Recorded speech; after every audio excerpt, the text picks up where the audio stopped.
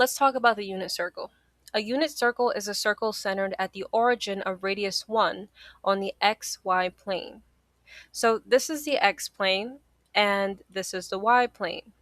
And this is the circle at the center of it, at the center of the origin point.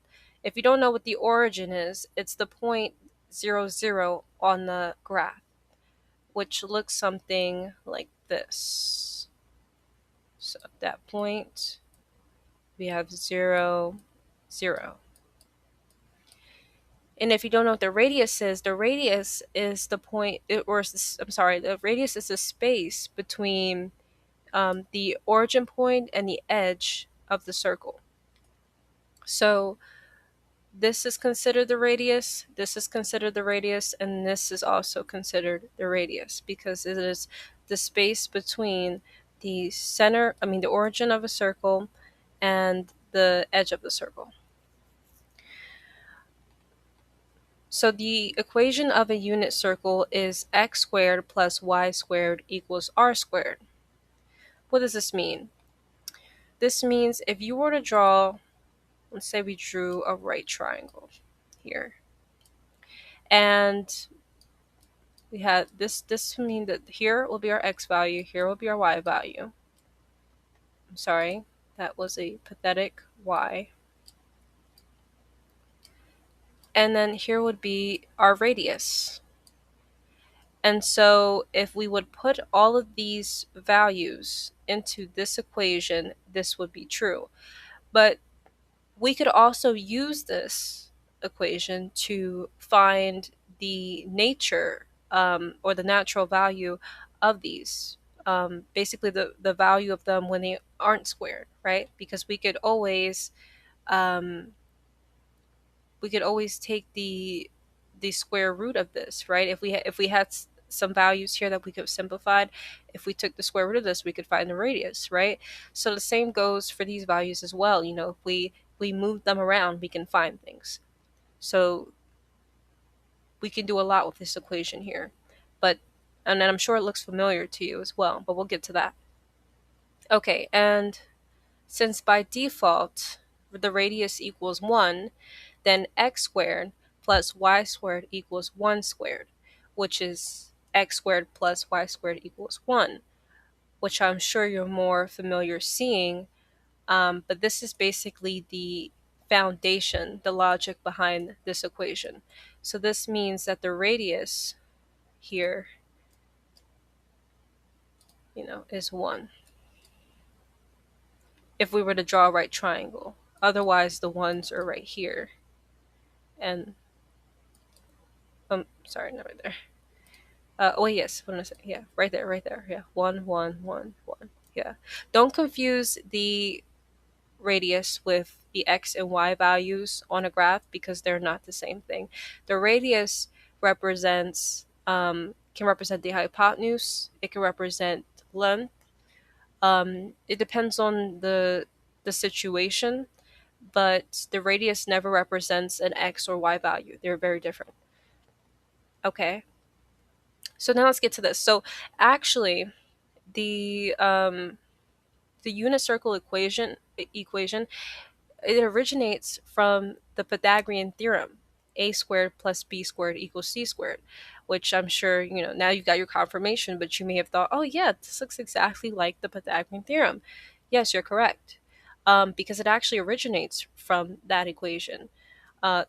This here, the unit equation, originates from the Pythagorean theorem equation because the Pythagorean theorem formula has been around for centuries longer than the equation of a unit circle.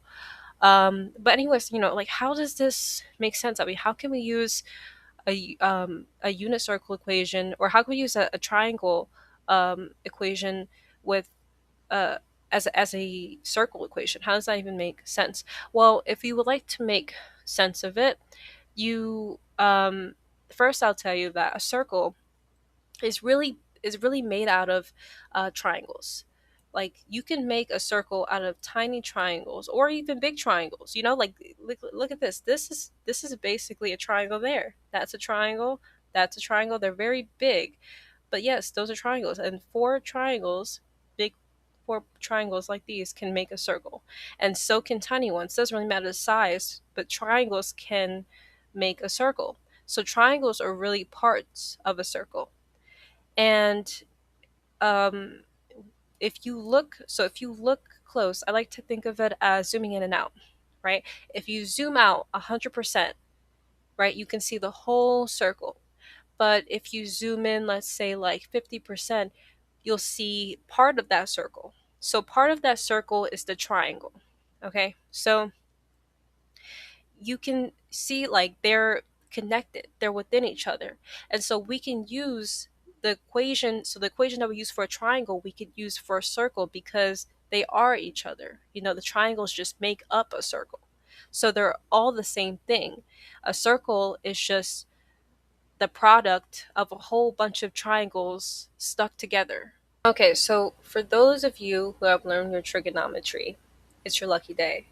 For those who haven't, you're welcome all the same, but you may need to pause this video to look up some things that you may not understand, because I will not be explaining uh, too much of how to solve trig problems.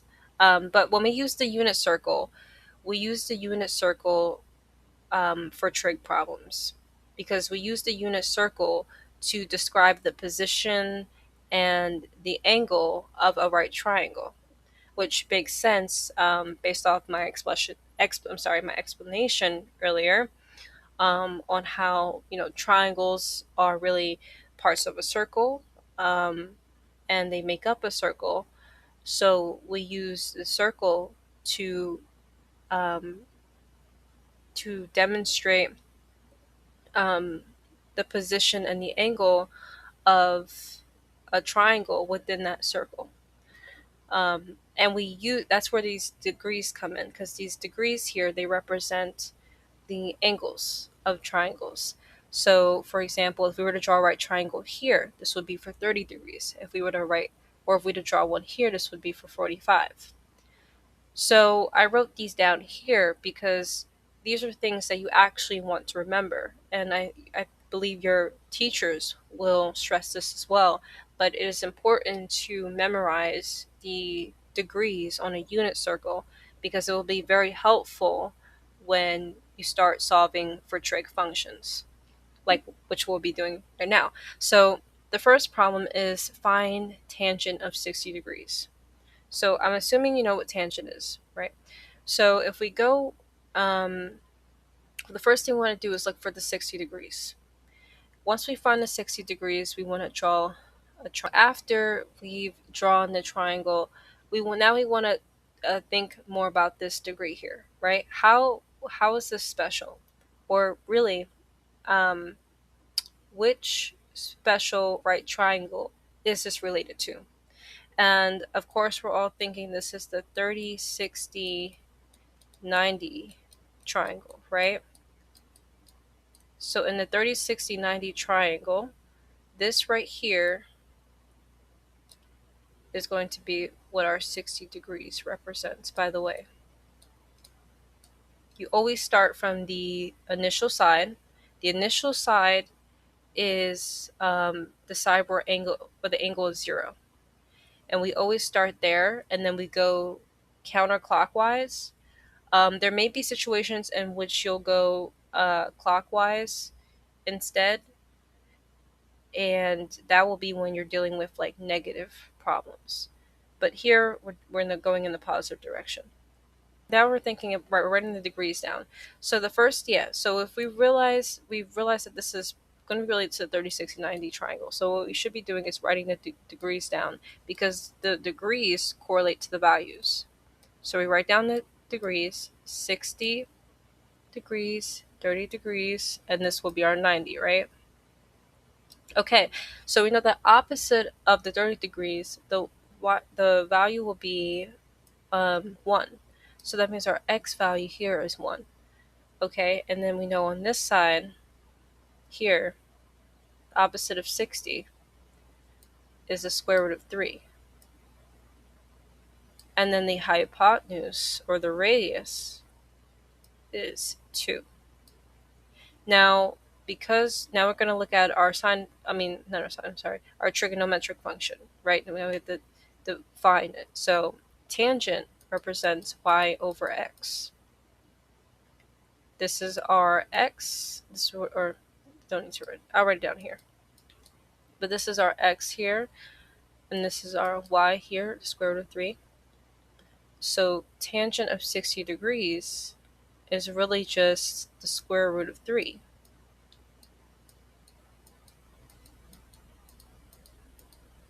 Well, it's the square root of 3 over 1, but that's just the square root of 3, right? Because this is our y and this is our x. This is the vertical line, this is the horizontal.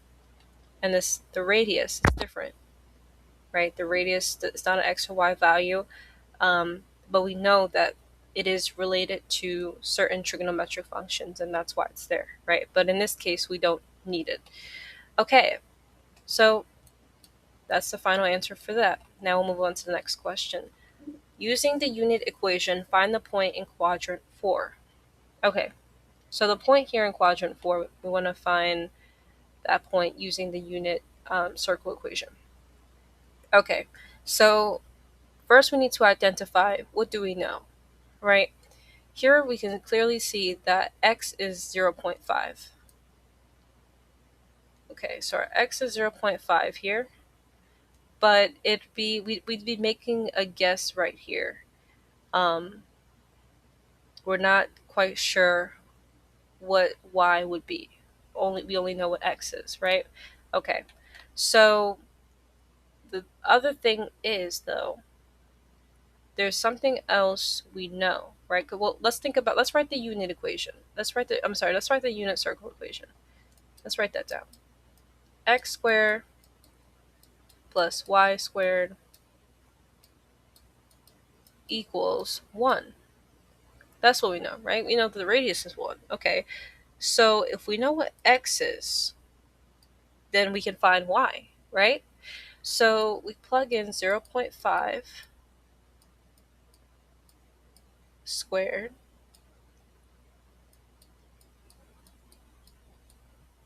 plus, or I'm sorry, let's not write 0.5. Instead, let's write 1/2. That will be easier to square. So let's write 1/2 squared plus y squared equals 1. And then if we square it, we're squaring both values, right? So 1 squared is 1 and 2 squared is 4. So we'll have 1 over 4 plus y squared equals 1. And then of course we now need to subtract 1 over 4 from both sides so we can isolate y and solve for it. And so when we do, we'll get y squared equals 1 minus 1 over 4. And we want to simplify this, right? So we're going to multiply this by 4 over 4 so we can make 1 over 4. And so we can make an easy subtraction between fractions, right? So this is going to be 4 minus 1, which is going to be 3 over 4, right? Little multiplication. Okay, never mind. I give up. I can't write the multiplication sign there. But we know that we're doing multiplication. So there, 3 over 4. And, okay, actually I don't like how I wrote this, so I'm going to get rid of that. And we're going to go on this side. And we're going to write y squared, so you can see the y squared, equals 3 over 4. Okay, and so now if we take the square root of y, so we can find y, we'll have 3 over 4. I'm sorry, what am I doing? Okay. So then we rewrite y equals, gotta take the square root, okay, that's why.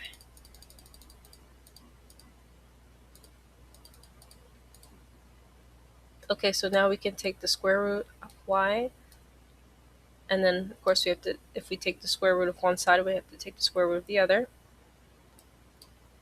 So we know that a square and a square root cancels each other out. So now we're just left with the y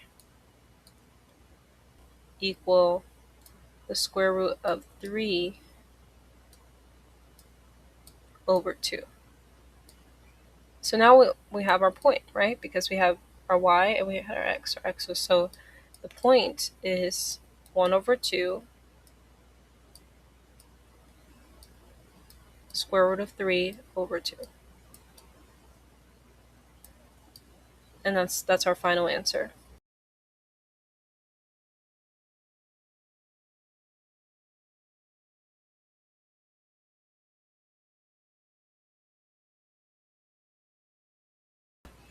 Okay, and the next one is if sine A equals 3 over 5, find cosine A and tangent A.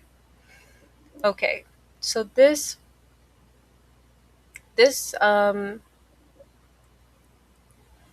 expects us to use the unit circle equation, but in terms of the trigonometric functions.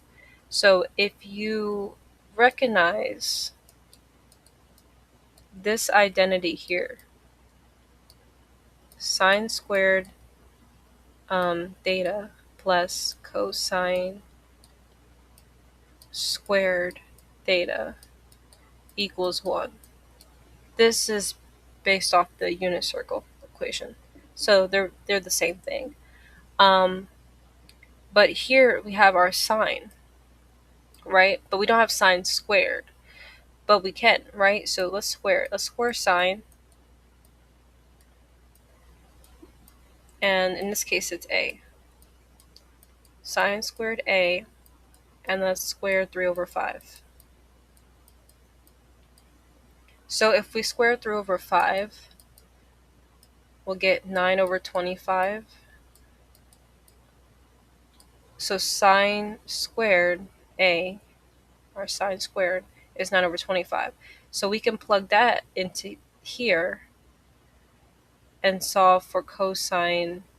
So it's 9 over 25 plus cosine squared theta equals 1. And we'll subtract cosine squared theta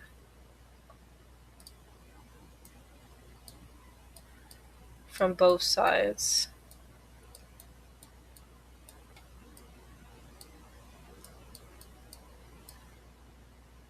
Which will leave us with 1 minus cosine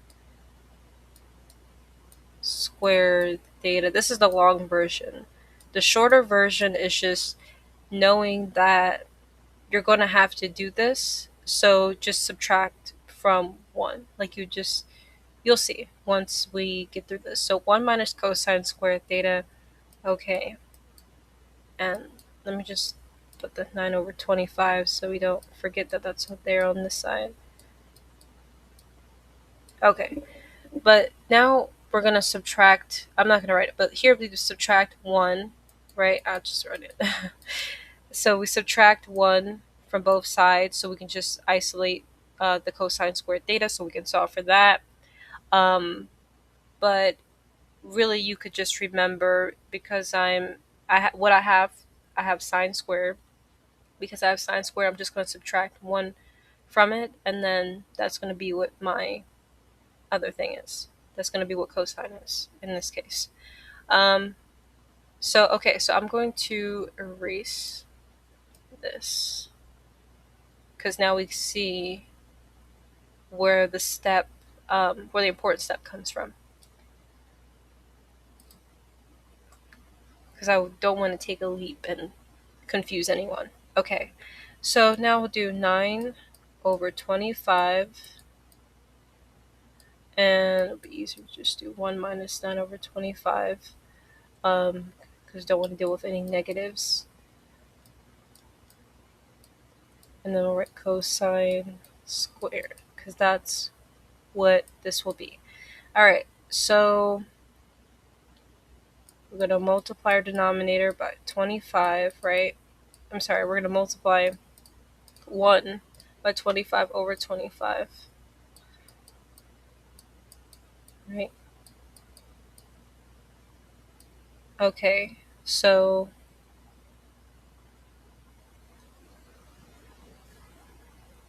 25 minus 9 is 16. So it's going to be 16 over 25, which will give us cosine squared theta. Or I should be writing A, but I'm writing theta. It's just at the instinct for me. Honestly, we could have just ignored the A's and let's just do that. Pretend this is theta the whole time. We don't need the A's, just represent theta anyway. Okay. So now, okay, so we want to find cosine A and tangent A, or really cosine theta and tangent theta. So we can find cosine theta by getting rid of the square, because we don't want the square.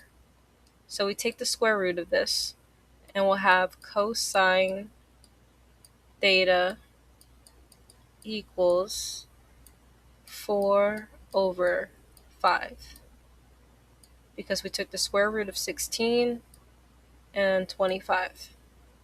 And that's how we get 4 over 5. So now we found cosine theta, right?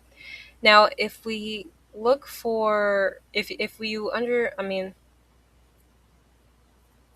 so if you can remember the definition of tangent, tangent the tangent equation, or not tangent equation, but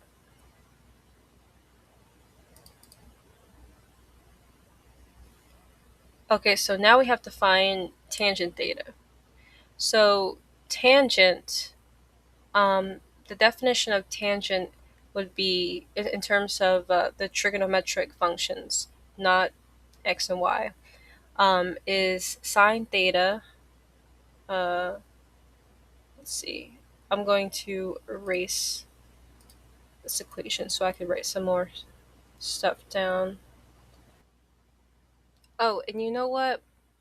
You may have caught on, but this should actually be plus or minus 4 over 5, because we took the square root of it. And when you take the square root of a value that can technically be positive or negative on the graph, once it is graphed, um, you need to indicate that by putting next to it, in front of it, actually, in front of it, plus or minus. So this should be cosine theta equals plus or minus 4 over 5. Sorry about that. If you caught on, good for you. Okay, so now let's find tangent. Um, Tangent, if we remember the definition of tangent, not in terms of x and y, but the trigonometric functions, tangent equals sine theta over cosine theta.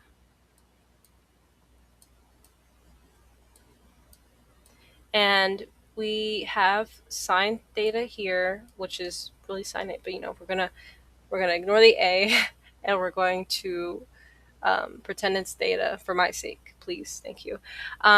So sine theta over cosine theta. Okay, so we have sine theta, we have cosine theta, so we're just gonna plug these in. We're gonna plug these in, and we're gonna find tangent, right? So we'll have 3 over 5 over plus or minus 4 over 5. Okay, so what we're going to do is we're going to do fractional division, where the we multiply the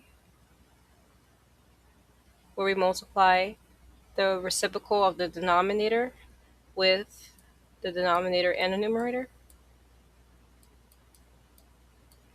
Denominator cancels, so we're just going to multiply straight out with the numerator, and we'll have plus or minus 15 over 20. which we can simplify further, right? Because we can divide 5, right? We can divide 5. So 5 can go into both of them. And so we'll have 3 over 4. And don't forget the plus and minus. Yep. And yeah, this looks good. Okay, so this is your final answer right here.